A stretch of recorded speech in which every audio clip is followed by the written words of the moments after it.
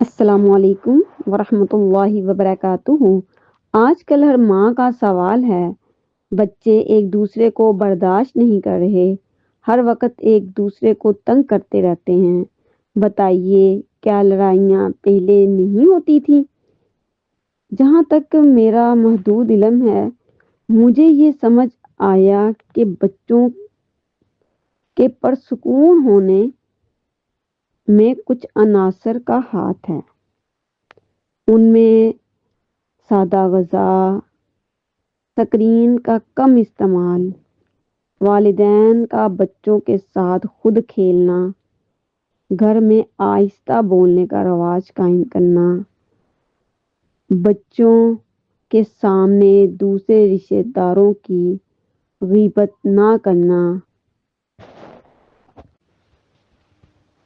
میاں بیوی کا آپس میں محبت سے پیش آنا، بچوں کو ایسے کام کروانا جس میں کوئی ٹاسک دیا جائے، اکٹھوں کو کر کے کوئی ٹاسک دیا جائے اور پھر دیکھا جائے کہ کون ٹاسک پورا کرتا ہے۔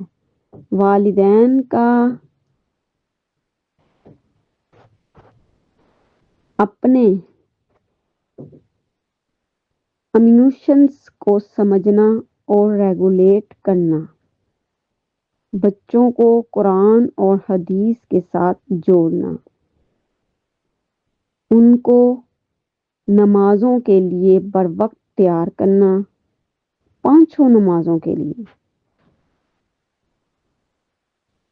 فجر کی نماز کے لیے اپنے بچوں کو اس طرح اٹھانا جیسے کہ اگر میرا بچہ نہیں اٹھے گا تو یہ آ کے اور زیادہ نزدیک ہو جائے گا۔ ایک ماں نے عالم سے پوچھا کہ میں اپنے بچے کو صبح کے ٹائم کیسے اٹھاؤں؟ سردی ہے اور وہ اٹھنے کے لیے تیار بھی نہیں۔ تو عالم نے کہا، آپ تصور کیجئے کہ آپ کا بچہ اس کمرے میں ہے جہاں آگ لگ گئی ہے۔ اب آپ نے اس آگ سے بچانے کے لیے اس کو صبح سویرے اٹھانا ہے تاکہ وہ آگ اس تک نہ پہنچ سکے۔ تو پھر آپ کیا کریں گی؟ تو اس نے کہا، میں تو اپنے بچے کو جس طرح بھی ہو آگ سے بچانے کے لیے اس کمرے سے نکالنے کی کوشش کروں گی۔ تو پھر اتنی تو کوشش ہونی چاہیے صبح بچے کو اٹھانے کے لیے، فجر کی نماز پڑھانے کے لیے، تاکہ وہ پورے 5 وقت کی نماز پڑھے۔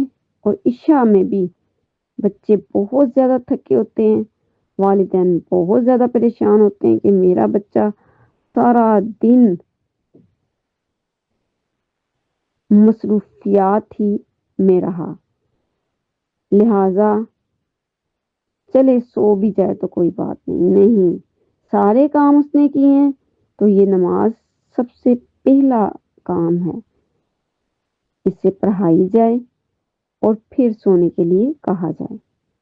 اور یہ بھی بچے کو سمجھا دیا جائے کہ بچہ فجر اور عشاء ایسی نمازیں ہیں، اگر وہ چھوڑ دی جائیں تو منافقین میں آپ کا شمار ہونا شروع ہو جائے گا، کیونکہ حدیث میں آیا ہے کہ منافقین ہی پر یہ 2 نمازیں بھاری ہوتی ہیں۔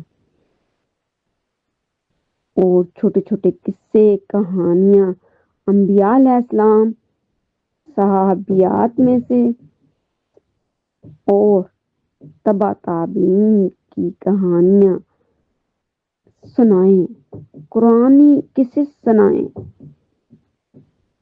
جب ہم اس طرف ان کو راغب کریں گے تو انشاءاللہ یہ ہمارے لیے بہترین ذریعہ نجات بنیں گے۔ لہذا اپنے بچوں پر کڑی نظر رکھتے ہوئے ان کو قرآن اور حدیث سے جوڑ دیں۔ اور آخری بات، ان کے لیے دعائیں بہت کریں۔ جب وہ شرارت کرے اس کو غلط الفاظ میں گالی گلوچ کے ذریعے اپنا نامہ اعمال بھی خراب نہ کریں اور بچے کا مستقبل بھی نہیں، کیونکہ وہی وہ وقت ہوتا ہے ممتا کا جب وہ اپنے دل سے رب کو یاد کر کے کوئی بددعا دے دیتی ہے یا گالی گلوچ شروع کر دیتی ہے۔ اس وقت آپ دعا دیں اپنے بچے کو۔ جب آپ دعا دیں گی تو انشاءاللہ وہ بچہ آپ کے لیے بہترین اولاد ثابت ہوگا، سب سے ڈفرینٹ اور سب سے اچھا بچہ۔ تو دعاؤں کو کثرت سے کیجیے، بچوں کو بھی اپنے کہیں کہ استغفر اللہ کا ورد بالکل نہ چھوڑیں، کیونکہ اللہ تعالی معاف کرنے والے ہیں۔ اللہ تعالی ہمیں بھی معاف کرے اور آپ کو بھی ہدایت کا راستہ دکھائیں، وہ راستہ جو انبیاء علیہ السلام کا راستہ تھا۔ جزاک اللہ خیرہ۔